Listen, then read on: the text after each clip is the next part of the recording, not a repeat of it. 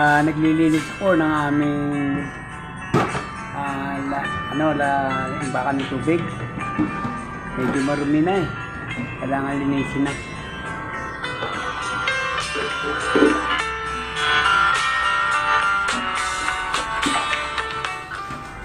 Darating ngayon ang aking message galing GMA Cavite para makita naman niya mga aliwalas ng papasukan.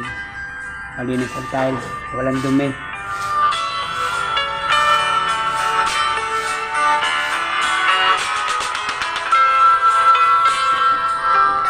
Hindi talaga ang buhay ko rito. Nag-iisa ko rito. Message ko na nag-aalaga ng aming mga po sa GMA. Kailangan kumilos ako para kahit pa paano ay mistik yung lugar namin.